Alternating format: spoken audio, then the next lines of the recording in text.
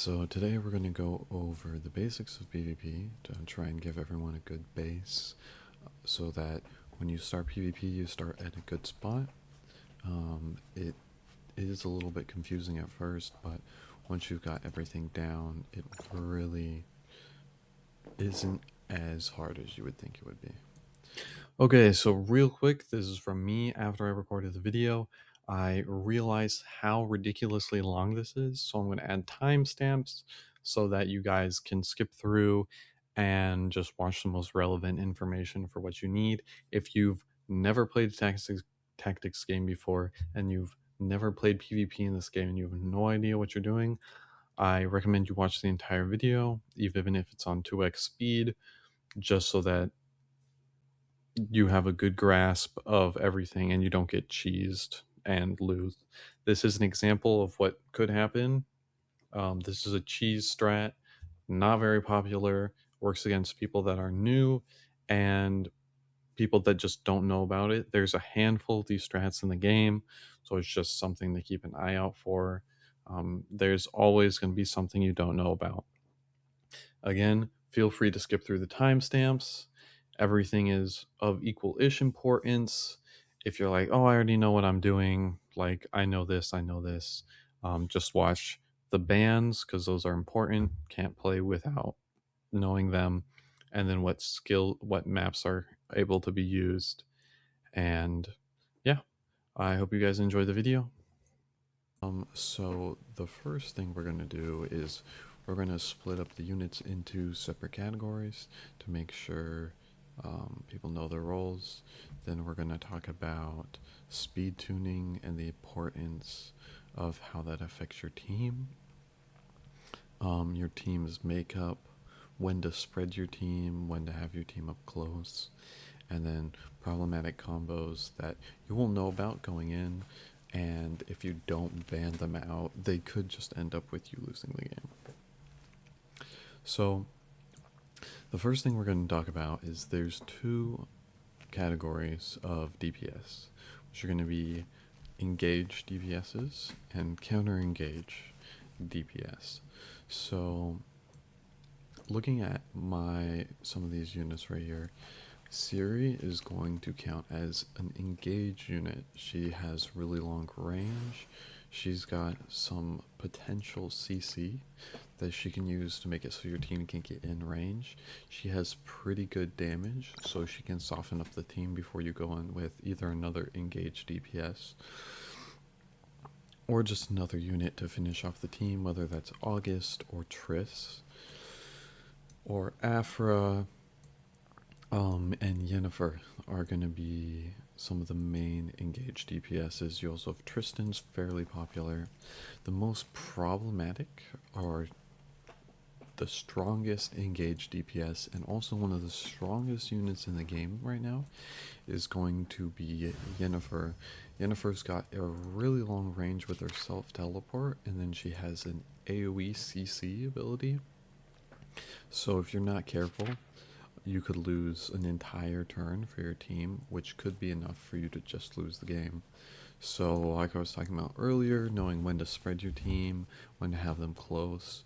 If you're playing into a Yennefer, you're always going to want to make sure your units aren't within this little 2x2 circle.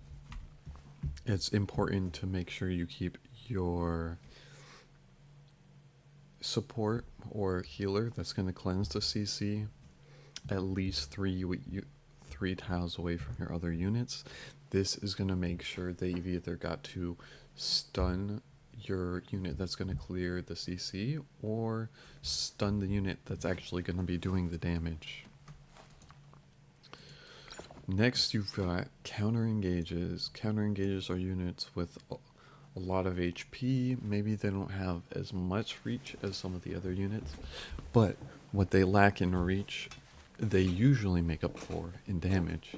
So some counter engagers are going to be Agatha, Pamina, Tristan, even Kia, Flavia. Then for the people that have them, SP, Samantha, and Camelot. Aisha as well is a really good counter engage. She's one of the best units in the game right now. Um, her disarm is very strong, making it so your enemies just can't attack. Very annoying. She can use it twice. She does a lot of damage. She's super tanky. Can make another unit tanky. One of the best counter engage units in the game here. Now there's a couple units that fall into both categories. These categories are just a broad statement. These units roughly fit in these categories with different builds, different trinkets, different weapons. They can fit other categories. So that's always something to keep in mind. Just because a unit's made to do one thing does not mean it can't do another. Some units that I would say are hybrids are going to be units like Sindre, super strong engage unit, and a super strong counter engage unit. She's got the TP that is currently only allowed on herself and enemies, so you can use that to get her in range to use her large AoE attack. If you can have somebody else with a lot of range and lots of movement, you can abuse that to step on lots of her feathers and get a lot of her team, a lot of damage out of her kit. A unit that pairs particularly well with her and is also probably the second best engage DPS unit in the game, and probably the third or fourth best unit in the game at 5 stars. Another thing to note is some units need stars to do damage and some don't. Probably go over that in a later video just to clear things up. Rawia needs 5 stars, but once she has 5 stars, she becomes one of the best engaged DPSs in the game. She's got some of the highest range in the game. She's got pretty solid damage. And she's hard to kill. She's got resolve. She basically heals back to full HP when you kill one of her teammates, so it makes her really annoying to deal with. Next we're going to be going over supports. So support is a little more of a nuanced role, and it's going to fall into roughly 3 categories. We're going to have support healers, which their main focus is healing. They're going to do a lot of healing, but they're also going to be really strong buffers. So the 2 support healers, for the most part, are going to be Coco and Credenza. There might be another one I'm missing. I don't usually run a bunch of support healers because that's not how my block is built. But Coco and Credenza both do a lot of clear for debuffs. They heal a lot, and they give a lot of really strong buffs. Coco giving happiness. She's best at 5 stars as well. She doesn't need 5 stars, but becomes way better at 5 stars. She almost needs it. Credenza's also a good unit that has a lot of CC clear and other stuff. And then Samantha's going to be the 3rd.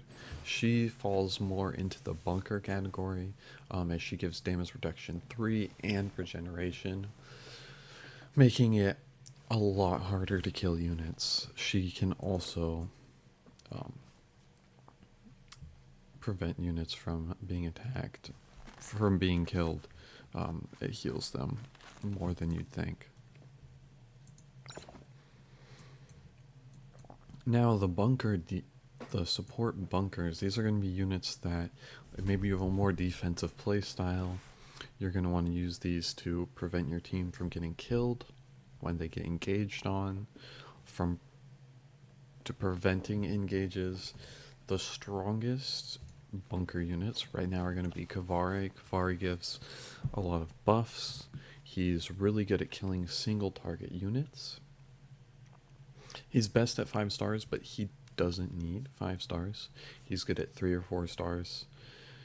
He has his reaction, brings up a shield, makes it a lot harder to one-shot your team if you're grouping him up close, which is good with certain comps. And then he's got a pretty long range stun, so if they use one unit to engage on you, you can stun that unit and almost guarantee you can follow up and kill their one engage unit, pick them off, move up slowly. Another very underappreciated unit is going to be Bitterwort. Bitterwort may be an epic unit, but she's one of the... Okay, so yeah, like I was saying, Bitterwort is another strong Bone Curse support. You're gonna get hit by attack. It gives Bitterwort's her most important buff.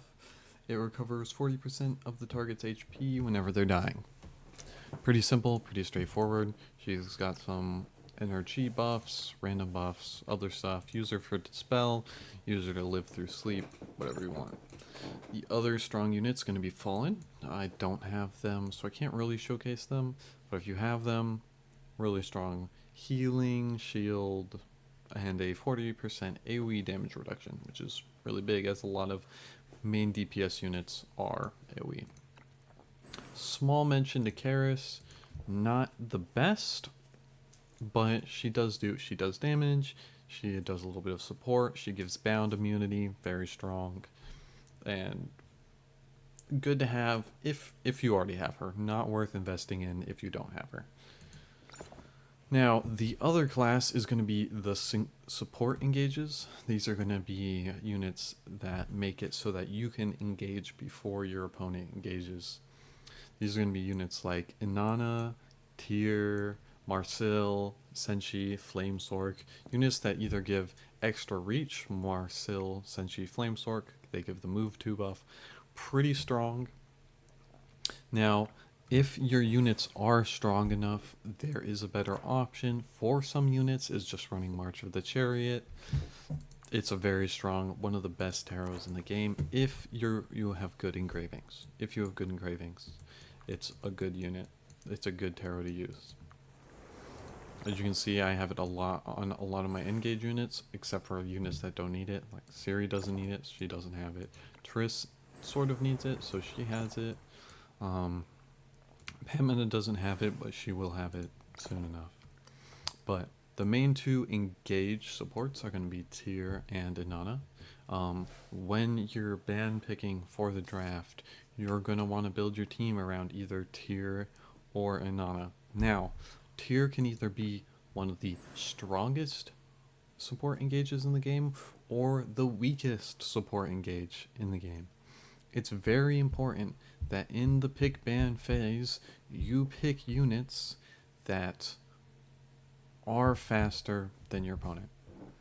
Because what can happen is you pick Tyr, you pick your team, your opponent counter picks Tyr, they pick their team. Now, if their units are faster than yours, it's not going to matter that you have Tyr. So he does give a move 2 buff, pretty huge, but it's just very important to remember. And on top of that, they can get 2 turns because if you speed your team up, your team goes first, then they speed their team up. Now they're going to go, and then on the next turn, because they're faster, they're going to go again. So that's just something to watch out for when using Tyr. He's a little bit of a higher skilled engage support. So that brings us to the topic of speed and speed tuning. So when you're picking your units for draft or for your box, you're going to want to make sure that your DPSs have similar speeds to make it harder to counter. So for instance, if I have Ciri, right, and I'm running these skills, go in, do a big AoE, bring them all to like injured, maybe half HP, hit straight crits, right? Then I want to go in, my second DPS is Triss. Well, her speed's 151. So there's a huge gap now, because Ciri is 252 because of her trait that gives her an additional 100 speed. So now you have a large range in between these 2 units that are going to engage for units like Coco, Credenza, not Credenza, Credenza's slow. But where like units like Coco, Inanna, whatever healers you're running, they go in between, they heal your team up. Now Triss isn't really going to do much because she's already healed up. So An alternative, obviously, there's a speed down skill that Siri has. You can use it so that more likely than not, Triss will go after her before the enemy team goes. Just something very important to keep in mind when you're picking your box. You're going to want to make sure your units can attack in a decent sequence to actually be able to finish off units. They can usually ban pick around it.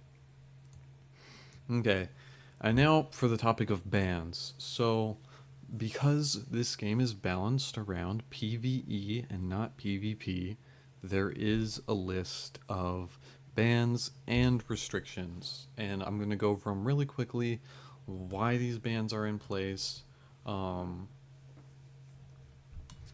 and yeah, basically what the bans are and why these bans are in place. So if I can pull it up right now.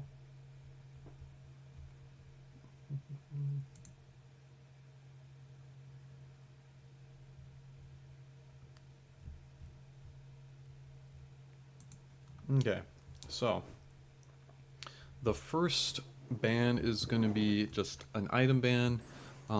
Right now it's permabanned. There's some talk about getting unbanned for older units, but it's going to be Space Time Ring. It has a large reach. Certain units can make it more problematic, and it has a lack of counterplay on some units, and it just gives them too much reach, and it makes them too strong, unfortunately, because it's a really cool item. But for now, it's permabanned. The next ban is going to be SP Rawia's Gale Sword. So that's going to be her large AoE attack, and it's this one. The reason why this is banned is because she can reach your entire team on turn 1 and kill them if she has this. Maybe not into like a fallen team, but for the most part, it lacks very little counterplay. SP Rawia and Tristan and Tyr come through. That's basically all they need to kill your entire team turn 1. So that's why that skill's banned. Next one's going to be Tristan, and it's going to be Fervent Lunge, which is this skill right here. The reason why this one's banned is because it can give you an additional, I believe, 4 tiles of reach, which is a lot. She already has really high reach. It gives her damage too. Oh, sorry, it gives her a lot more because it gives her this dash too. So it gives her like 4, 8, maybe 10, maybe 8. I think 8 tiles of extra reach off the top of my head, which she already has 10 tiles of reach. She has 3 movement plus move 2. She can act again, so that's 2. Now, if she add another 10 onto that, or even just 8, that's 18. And then this is another 3. So that's like 21 reach, not counting the AoE tiles. She does a lot of damage. You can't kill her for 2 turns. Yeah, basically makes it so she can reach turn 1, or even not necessarily turn 1, because not everyone does turn 1 stuff, so it's just something to keep in mind. So the next ban is going to be Convallaria. This is the moment for rain. There's some talk about being an unbanned, but most likely it won't be, especially considering FC Mythic come out. But is this large AoE piercing damage? It's too much. Piercing, vulnerable, reaction skill, passive skills. So that's going to be not all of these, but reaction skills, any passive skills like this. Completely turns them off, and isolate basically completely ruins any auras, like Fallen's this skill like single-handedly removes it, and its reach is just insane. So for the time being, it's banned.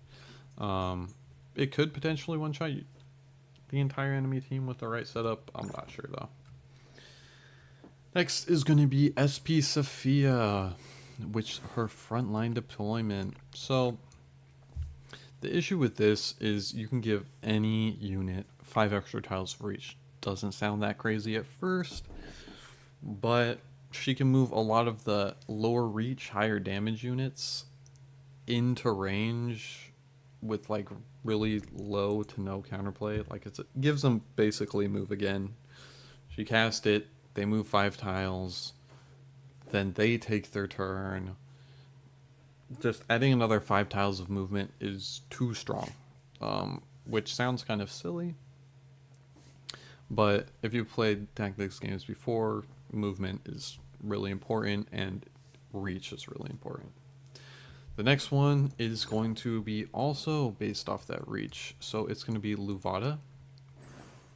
And it's this skill right here, Firing Wings of Freedom.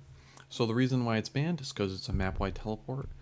Luvada is one of the strongest AoE mages in the game. The only thing holding her back is her range isn't great. But if she gets in range and she's not into a super tanky team, she can just one-shot the entire team by herself. She needs no help. So if you're playing into a not very tanky team, in the Mines map, which I'll go over the maps later, what maps can be used, what maps can't be used, you can basically turn 1, teleport her to the entire other side of the field, use her ult, kill the entire enemy team. To even a higher effect than SP Rawi, I think. Now, there's been talk about getting unbanned on Harbor, but having map-specific bans is more complicated than the community feels is necessary at this point. The next ban is going to be Flavia. Flavia is an interesting unit. She does really good defensive buffs, and she's a pretty good counterattack character. Like we said before, she can kind of take a hit, throw her flower out. Her flower is going to do large DPS AoE damage. So the issue with Sprout Abundantly is it gives her flower, which already has a 5-tile teleport, an additional 4 tiles of range. So if you're playing her, she's going to move 5 tiles, then that's 4 tiles out that the flower is going to be moved, so that's now 9 tiles. Now the flower can teleport 5 tiles, maybe 6, it's like 5 or 6. So that brings it to 15 tiles, and then its AoE reach, I think, is 3 or 4 tiles. So that brings it around like 18 tiles, which is around the problematic range. And also, same thing, a 5-star Flavia correctly kitted can destroy an entire team. And she's super tanky. It's just not fun to play against. It gives her too much reach. For who she is, it makes her too strong, is what was decided. Now, Aisha has an odd series of bans. So she can either use Dawn Moon, which is this skill. No, she can either use... I don't really play this unit, sorry. She can either use this skill right here, Moonlit Shadow. Really strong. She protects one unit, basically. Makes them impossible to kill, sort of. Something like that. Not exactly that. Or this makes her really strong DPS. 3-tile dash, she can do again if she kills a unit or breaks an item. And she gives disarm, which makes it so you can't use any skills. Really annoying to fight. She's hard to kill. She either protects someone from dying or she does really good DPS. If she has both those skills, she can just teleport around the map, kill everything. Too strong. The next is a little bit more of a mental hoop, but once you've played it a couple times, you're like, it's pretty simple. So Espionana gives Act Again, but she also gives this, the Freedom Stance, so 2 energy, 20% damage reduction, 20% damage increase, and Act Again. Now, the range on this is really high. The fact that you can Act Again twice in a row is the biggest problem. With Anana, there's like a turn in between. Your character goes, then Anana goes, and Anana has to be in a reach. But Espionana, you can just kind of like cast it and forget it, and then that unit's going to get 2 turns, and it's just too problematic. So she can cast it on units, but they can't act again, so you have to stand by on the second turn.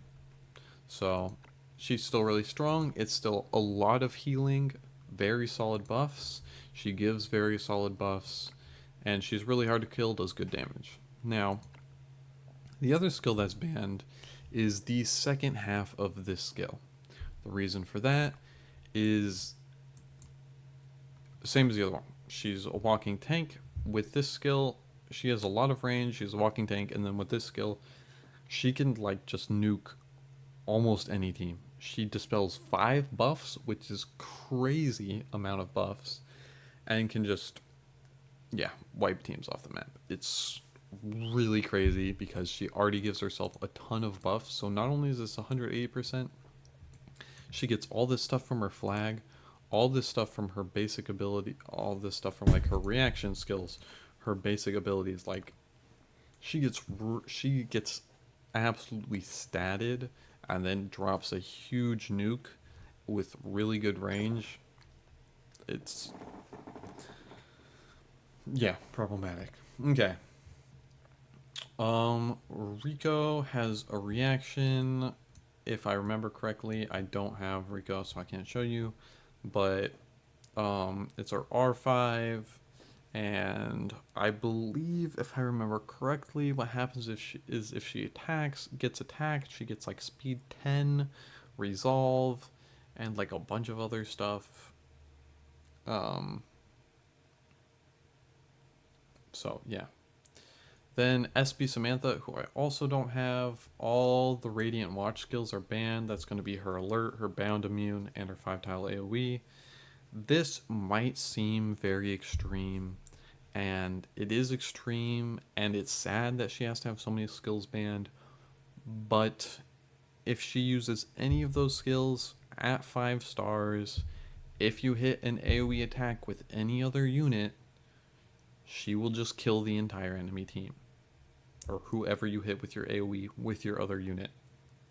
Game over. Zero counterplay. She can stand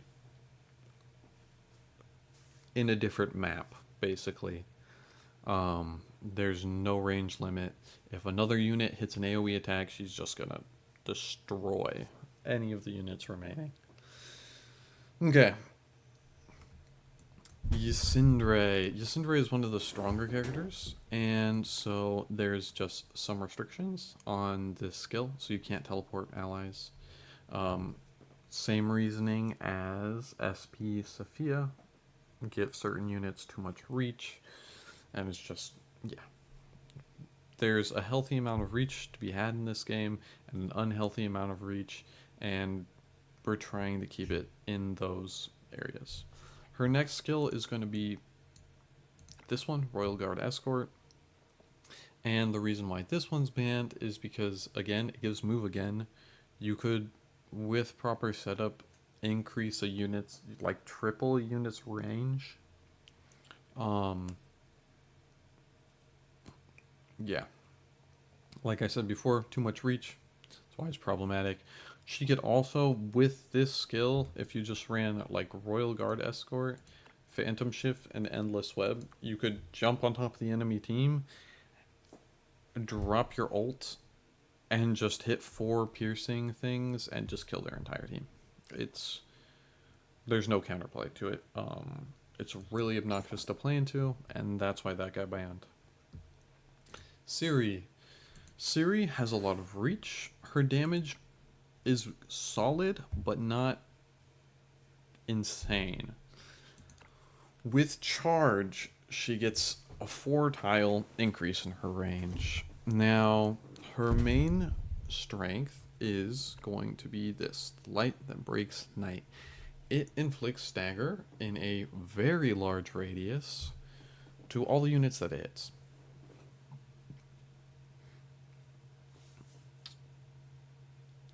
Yeah. Skips their entire turn. With crazy reach, with charge, she can reach units like 21 or 22 tiles away and stun their entire team. It's no fun to play into. She can do it turn 1 with, I think, just move 2. So if you like ran this, and this, I'm pretty sure on Harbor, she can reach turn 1, stun your entire team before you even get a turn, and then just keep you stunned. And it's like super toxic, no fun to play into. That's why that's banned. The last one is going to be the 2 bans for Yennefer. Now, people are talking about more bans for her. I think the most likely next ban for her is enemy TP, because it's really strong and gives her even more reach. So, and it stuns, it's just really strong. That's might get banned soon, so that's just something to think about. But her 2 ban skills is she cannot teleport her teammates because, again, giving additional reach to units is really strong. And not only does she give additional reach to units, she gives them damage 3, highest damage buff in the game, speed 2, almost guarantees they're going to go after her. You use an August, if you use any AoE unit, you're going to TP them, and then they're going to just kill the entire enemy team. So that's why that's banned. The other ban is instant illusion. So when she casts her trait, she makes all her abilities instant. She cannot cast illusion as an instant. There's a couple reasons for this. One, if she can cast it as an instant with Anana specifically, she can, it's almost impossible to spread your team apart far enough to avoid 2 charming illusions. So she just teleports in with Anana, charming illusion 1, charming illusion 2. Your team loses their entire turn, and it does decent damage, and then she just kills your team by herself.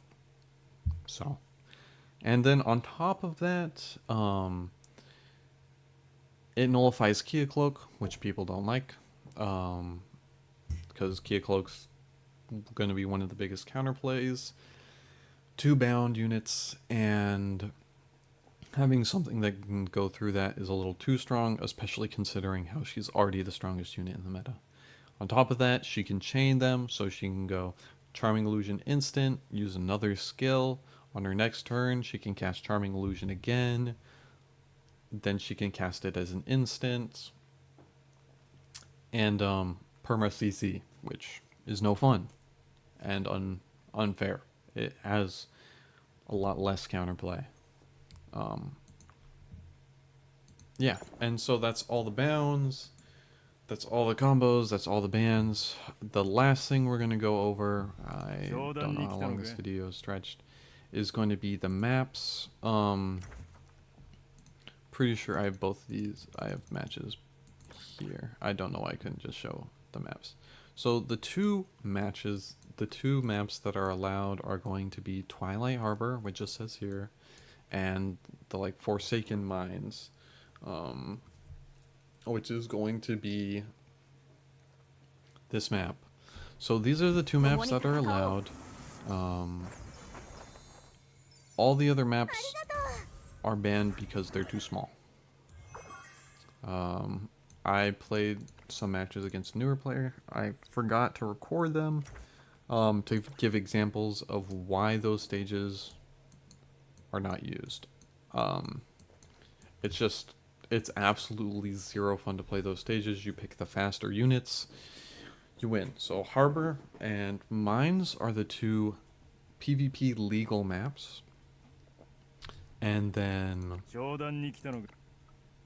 ban pick mode, which is going to be this. So, final thing. Units that are worth a first ban are going to be Fallen, Yennefer, and Tyr. Anana, arguable, but I would much rather play against an Anana than a Fallen, or a Yen, or a Tyr. Just in my opinion. So that's just something to keep in mind. If you ban any other unit,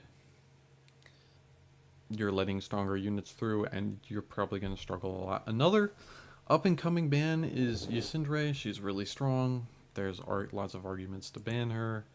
So that is another option.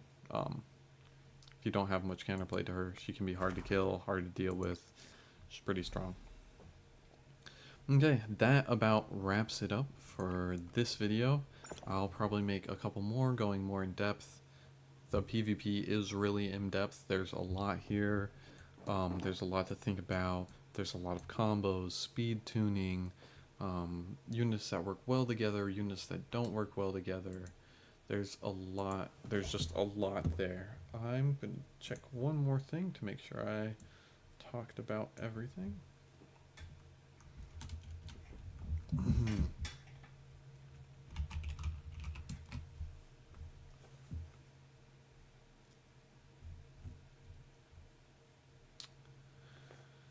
Yeah, that's pretty much it. I'll go over stuff like buffs, debuffs, which ones are strong, which ones are weak. For this video, just know speed, really important buff, super strong.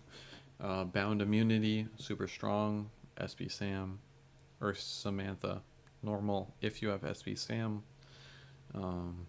Damage and attack buffs are strong. Stuff like that. And then a couple unique buffs. There'll be some more. Another last thing, because I forgot, is the tarot box is banned. The reason why that's banned, it's going to be the box in the middle of the map. It drops a little red card where if you step on the card, you get another turn. The reason why that's an issue is because it makes it so the entire game is based around that. Who can get the tarot first? That's really all it is. If you get the tarot first, you win the game. It gives your characters an additional 2 tiles of movement on top of move 2, so you can get up to move 4 on your units, and it gives them like a bunch of buffs, and it lets whoever picked the card up go again. It's just, yeah, it just makes it really boring. Yeah, I'll probably come out with another video that's more unique. Highlights what characters are strong on what maps, what characters are good to play together, what characters are good right now, and what characters aren't worth even pulling for. If you're looking at Shakalulu, do not pull her. She's the worst unit in PvP, period. She just doesn't work. Yeah. Thanks again for watching. Hopefully this was somewhat helpful. And join the Glorious Hall Discord. That's where everyone is. Everyone in there is super cool. There's going to be a link for the Discord in this video's description. Yeah, I can't wait to see you guys in the PvP community. People there are always willing to teach, always willing to play matches. Almost any time of day you can find someone to play with. And then, yeah,